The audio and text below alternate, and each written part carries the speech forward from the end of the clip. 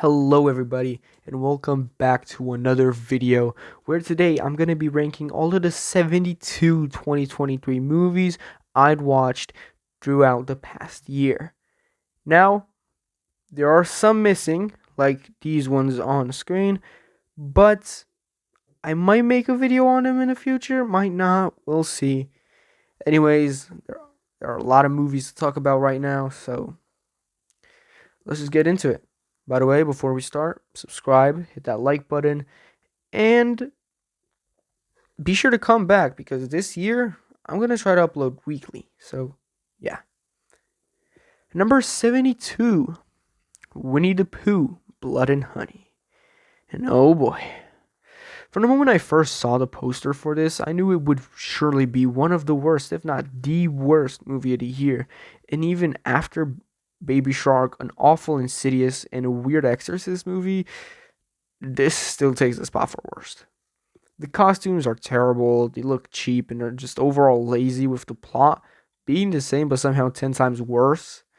And it's for a horror movie, it's surprisingly bland and not scary. Like, not even I didn't even get goosebumps. And with the other properties that are going into public domain this decade, I cannot wait for another 6,000 movies like this one. 0. Number 71, I have Baby Shark's Big Movie. Now, I didn't expect this movie to be all that amazing or to blow me away, but I also didn't expect it to be this brain dead and boring. This was the worst experience I've had all year. At least I could laugh at Blood and Honey. This just was mind rot. Decent one. Number 70, I have Mighty Morphin Power Rangers, Once and Always. Now, I never watched Power Rangers as a kid, didn't as a teenager, and probably won't as an adult. This movie was insanely cheap, and writing was really ugly, and none of the quote emotional moments had even a hint of an effect on me. It's a generic friendship is everything kind of movie, and even if some movies like that do have some wholesome moments, the most wholesome moment in this was during the end credits where my neurons and brain reunited. Light 2. Number 69, I'm going to have to put Insidious, The Red Door. Now, the first Insidious movie is one of the most beloved paranormal horror movies online. And after watching it, I thought it was pretty boring, and the sequels didn't really interest me. But I saw one was released this year, and I said, hey, that's another movie to add to the list. Boy, do I regret touching this shitty ass movie. The plot makes zero sense. The characters are incredibly annoying and unlikable. The son is a prick throughout the whole movie, and I'm honestly done with the entire franchise. But if this video does get 50 likes, I will rank and review all of them. I don't know, 5 or 6. It's gonna be torture. Light 2. Number 68, I have The Bad Guys, A Very Bad Holiday. And this is a very bad movie. Decent too. And number 67, I have Pet Sematary, Bloodlines. Now, I never watched any of the Pet Sematary's movies before, and watching this, I do not plan on doing so.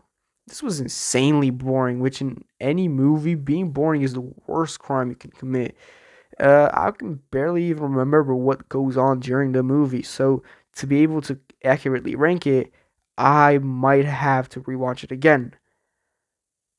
But I won't. Decent too. Number 66, I have The Exorcist, Believer. Another boring movie. Now, this review will be a little bit more in depth, so sit back, relax, and enjoy the yapping. Now, the original Exorcist movie is one of the most overrated movies in horror. It's not bad, but it's not the quote best horror movie as so many people, mainly critics, claim it is. Exorcist Believer follows a dad whose wife dies while pregnant.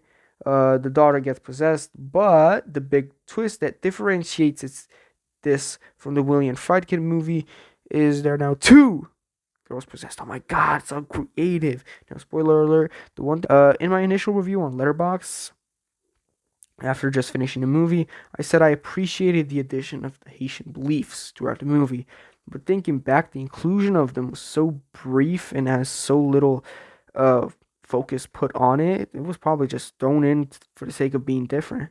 It had bad scares, bad story, a bad backstory. Overall, just a bad movie. Decent 2. Number 65, Skinamarink. Fucking movie made for game theory. Decent 2. Number 6, Ruby Gillman, Teenage Kraken. And the last DreamWorks movie, Puss in Boots: The Last Wish, was one of their best, having a great story, great characters, and even better animation. Ruby Gillman, Teenage Kraken is a step backwards. No, scrap that. 10 steps back. 10 steps backwards. It's a basic high school movie with basic character designs, and those characters are incredibly stupid, and the entire movie just plays out like a cringy episode of a bad Disney sitcom. Or of The Big Bang Theory. Decent 3. Number 63, I have SpongeBob SquarePants Presents The Title Zone. I absolutely despise the Patrick Star Show, and I hate it even more now since it's dragging SpongeBob down with it. Decent 3. Number 62, I have The Little Mermaid. The original movie is a boring slob of a movie, and adding pretty much an hour doesn't help. Decent 3. Number 61, Night of the Missing. And fuck me, I hate Anthology. Decent 3. Number 60, Miraculous Ladybug and Cat Noir the movie. Jesus fucking Christ. Now, you can laugh all you like, but I really enjoyed the show. Haven't yet checked out its newer episodes, but I was pretty excited for this movie. And fuck me, was that a mistake. The movie is a retelling of the first episodes, I think to serve as a pilot to a reboot of the show, and I could honestly do so much better without it. The movie gets stale extremely fast, and none of the moments between the two main characters seem cute, quirky, or even wholesome to me, since everything they do in the movie has already been done in the show countless times. And I am not kidding, there is not one new idea in this movie. Marinette's dad does look funny, and the animation is okay. The insistence on the lighting is a little bit much, but other than that and a few character designs, the movie looks okay. Strong 3. Number 59, I have Knock at the Cabin, and I still have not forgiven Shyamalan for The Last Airbender. Strong 3. Number 58, I have Mummies. Now, Mummies was an interesting movie, to say the least, but it got to a point where there was too much British, and I couldn't watch it. Bear. Decent 4. Number 57, I'm gonna have to put Wish. Now, to be honest, Wish wasn't exactly awful. It's just so much we've already seen done so much worse. We've had talking animals, we've had silent sidekicks, and we've had very bad twist films. That was his mistake. Even with all of those, the movie could have been good. It just wasn't. None of the characters are interesting or sympathetic, except for the 100-year-old grandpa, and the comic reliefs don't really relieve comically, and the music is shit. Strong 4. Number 56, Diary of a Wimpy Kid Christmas, Cabin Fever. Out of the 3 movies that are out right now, is the best one, so take that as you wish. Strong 4. Number 55, Mr. Anderson's Possessed Car. Now, despite the very interesting title and my rating, Mr. Anderson's Possessed Car is actually a movie I recommend to everybody watching. It has a lot of creative shots and good ideas that, maybe with a little bit more time and a few more thousand on the budget, it actually could have been a pretty good movie. Light 5. Number 54, Bad CGI Gator. This movie was fucking hilarious. Go watch it. There is not a single part of me that does not recommend this. It's a masterpiece. Light 5. Number 53, Infinity Pool. Now, Jesus Christ, was this movie such nothing? Hours after watching, I forgot everything that goes on into the movie. On top of it being just, shit, it's also my least favorite Mia Goth performance, and she's one of my favorite horror actors. Her character didn't feel convincing, and nothing that happens really had any effect on me. Wasn't scary at all. Infinity Pool might be a contender for most overrated movie this year. We'll see which one is the most overrated in a second, though. Light 5. Number 52, Lego Marvel Adventures, Code Red. On an unrelated note, did you know my favorite movie of all time is and has pretty much always been the original Lilo and Stitch? Beautiful movie. Oh, and Code Red. Yeah, Light 5. Number 51, Rock Dog 3 Battle to Beat. This is the most cliche movie I've ever seen. I haven't seen any other Rock Dog movies, but even if I did, it would not matter. The world building in this is awful, and everything that happens, especially the character dynamics and interactions, were easily predictable from the moments they were introduced. And a lot of the things you'd think when thinking of a bad animated movie for kids happens in this movie. It's also painfully unfunny. Decent 5. Number 50, No Hard Feelings. And here we have it. No Hard Feelings ended up being one of the most dull movies all year, competing with Infinity Pool and Knock at the Cabin for most overrated. For a comedy, it is insane how unfunny the movie is, insisting on awkward moments between our two main characters to make you laugh, the only thing missing being a laugh track. The movie is probably the worst and most obvious liar reveal plot I've seen, and most of, if not the whole movie, is a predictable mess, and on top of all of that, maybe the single most boring and uninteresting movie of the year. Oppenheimer is 3 hours of people yapping, and I absolutely loved it. This could not captivate me with silly nerd not knowing where the clitoris is. Like, fuck this movie. Decent 5. Number 49, Taz, Quest for Burger. It's not even a Taz movie, it's a fucking sidekick. Strong 5. Number 48, The Hatchet-Wielding Hitchhiker. Now, the only thing I took away from this was, oh no, we couldn't exploit this guy for more money. Ugh. But it was a cool documentary, and since the story is nice, and I actually remembered a lot of the memes from back in the day, I couldn't bring myself to give it lower than a strong 5. Number 47, Paw Patrol the Mighty Movie. And I just have one question. Why do I always go all out with the Paw Patrol movies? Strong 5. Number 46, Thomas and Friends, The Mystery of Lookout Mountain. Video in the description. Go watch it. Number 45, The Pigeon Tunnel. An interesting documentary, but the scenery could have been better. Cool story though. Light 6. Number 44, Untold. Jake Paul the Problem Child. Now I don't know who would win a fight between Jake and KSI, but in terms of documentaries, KSI takes the W. I don't like Jake Paul, but this was a decent documentary. Light 6. Number 43, Epic Tales. It took me more time to find this movie than to watch and decide my feelings on it. Light 6. Number 42, Cocaine Bear. Cocaine Bear started out as a funny thing. I had no idea it was actually getting turned into a real movie. Absolutely loved it on my first watch, but on my second one, it hit me how mid most parts are, especially the middle. The Pusha T song made for this is still my favorite thing about it. Light 6. Number 41, KSI in Real Life. KSI crying genuinely had me tearing up, so yeah, decent 6. Number 40, The Nun 2. This was so much better than the first movie. I don't know what half of y'all are smoking. Much better storyline, much better horror, and the climax at the end was fucking bonkers. I love the Conjuring universe, but god do the Nun movies get boring at times. I could have give two shits about the two sisters and their expedition across Europe to find clues like a fucking Scooby-Doo episode. And the only time the movie was exciting was when they mentioned Romania. Decent 6. Number 39, Evil Dead Rise. Mid. Decent 6. Number 38, Under the Boardwalk. Now, Under the Boardwalk was actually decent. The characters are very nice, have good arcs and nice voice acting, but some of the moments, and especially our main character, are pretty bad, and I hate how much self-pity he has. I do recommend this movie, but don't expect it to be anything too amazing. Strong 6. Number 37, The Boogeyman.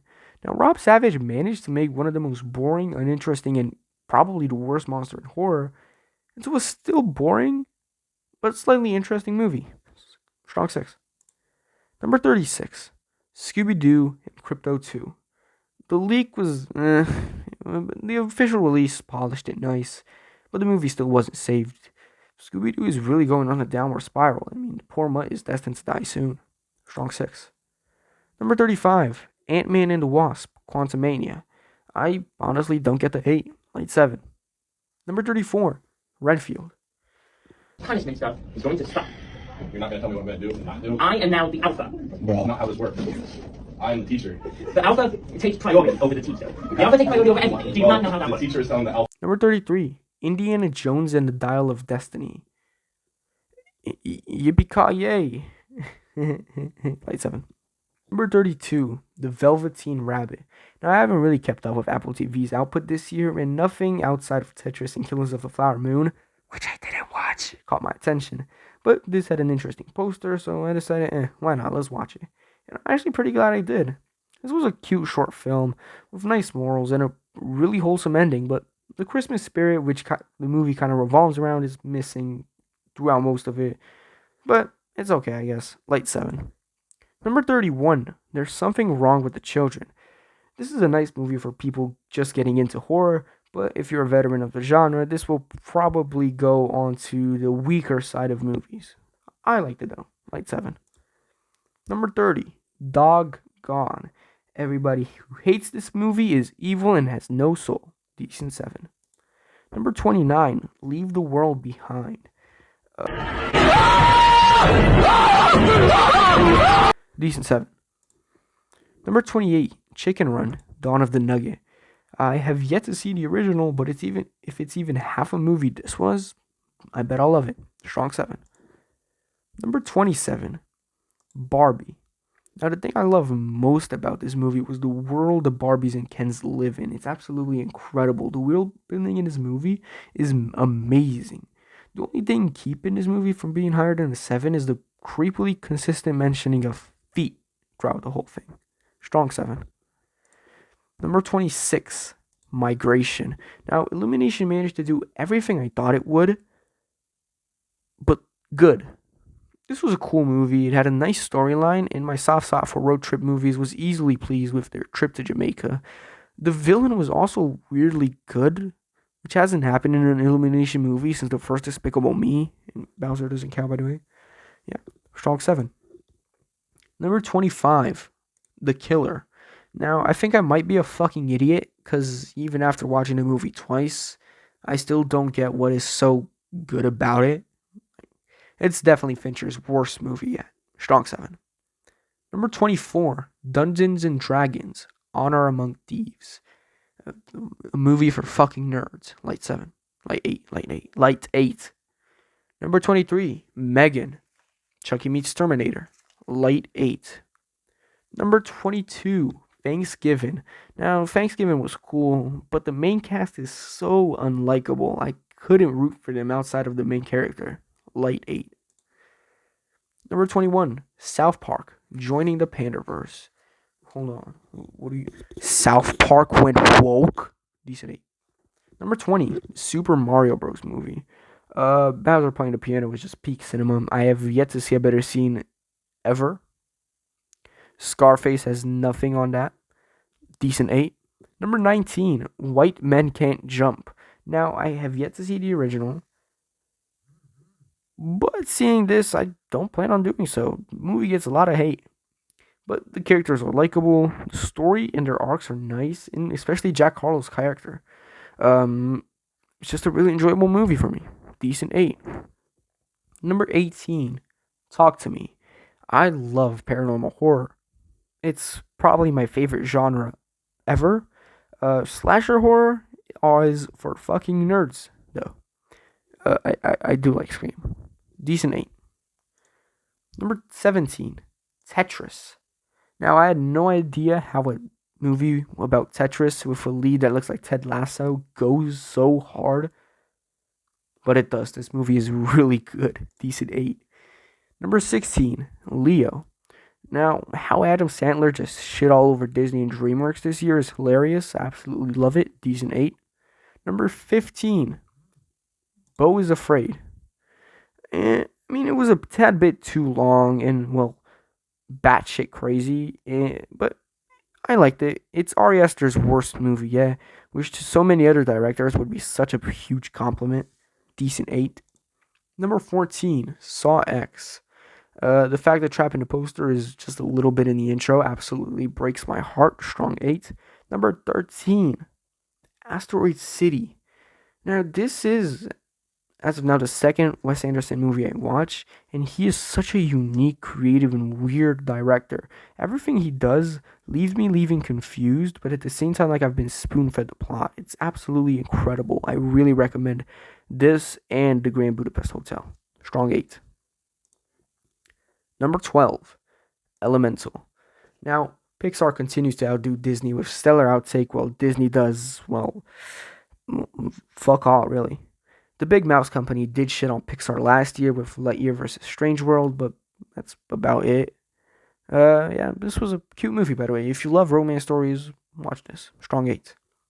Number 11, Creed 3. The boxing just looks incredibly goofy. I love me boxing movies mostly because of the build up. The fight scenes are kind of boring. The original Rocky movie also has the same issue with me. Strong 8.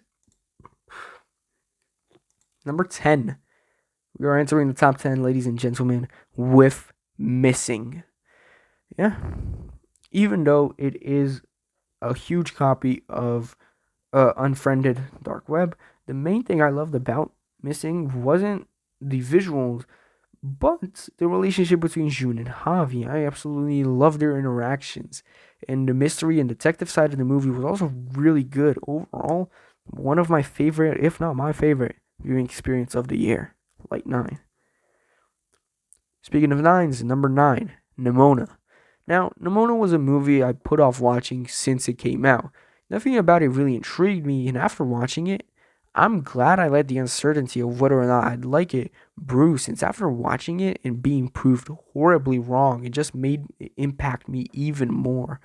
This movie is heartbreaking, and every scene that is supposed to touch you hits like a truck, and the now infamous line from Nimona, which I won't spoil, but if you watch the movie, you know what I'm talking about, is burned into my brain because of how sad it is.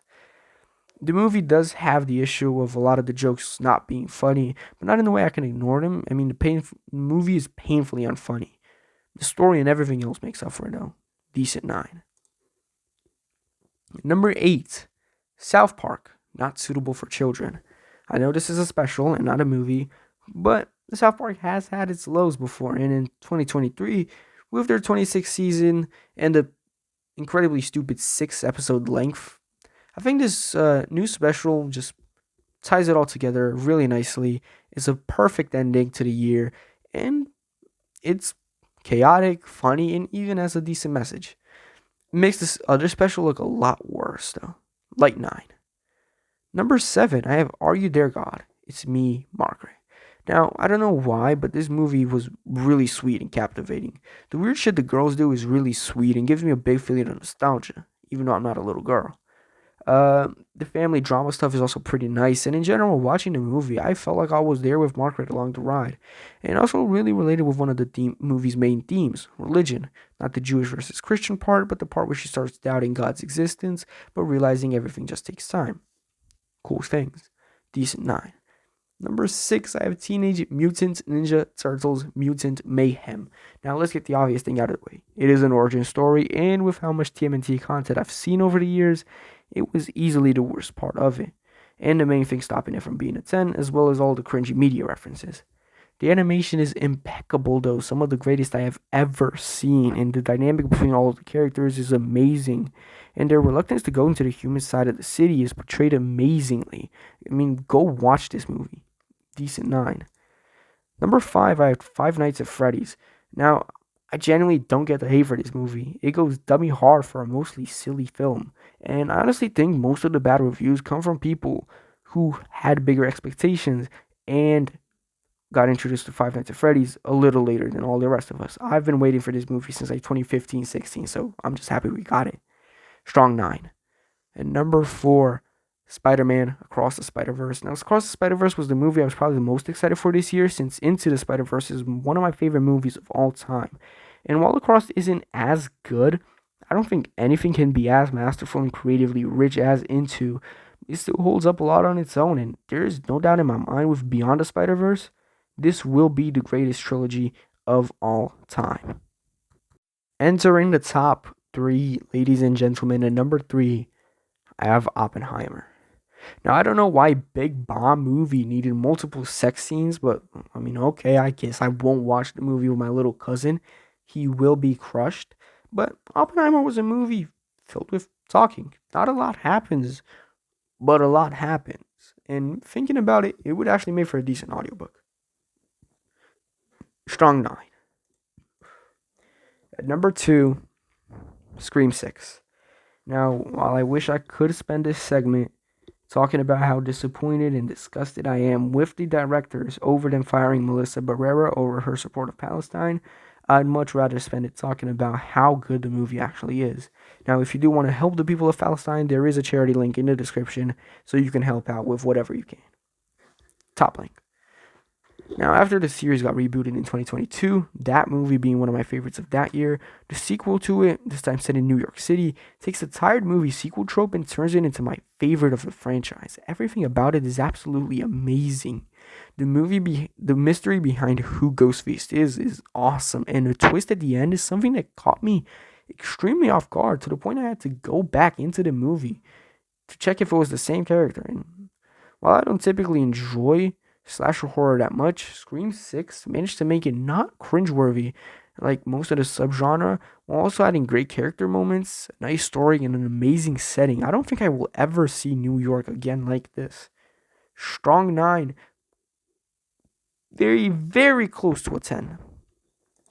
But I only have one 10 this year. And you probably won't expect it. But my number one movie of 2023, The Holdovers. Now, this was such a good movie. The character dynamics in the relationships, amazing. The evolution and bonding between Hunnam and Sully is beyond incredible. And Mary has such a good arc from start to finish. All of the characters growing so close to each other, feeling sort of like a family, makes the movie very sweet and is the perfect Christmas movie. This is my favorite movie of the decade. I will probably make another video going more in depth, but for now, I'm gonna leave it here. Holdovers is my favorite movie of the year, and it is a 10 out of 10. I hope you enjoyed the video. And by the way, a new project called Dutch is gonna be coming out this year, so be on the lookout for that. Other than that, please like the video, please subscribe, leave a comment, share with your friends, tell your grandma about this. And it's time I get into editing. Fuck me. Well, yeah. See you guys next time. Peace out. don't I don't really know what I'm supposed to be doing.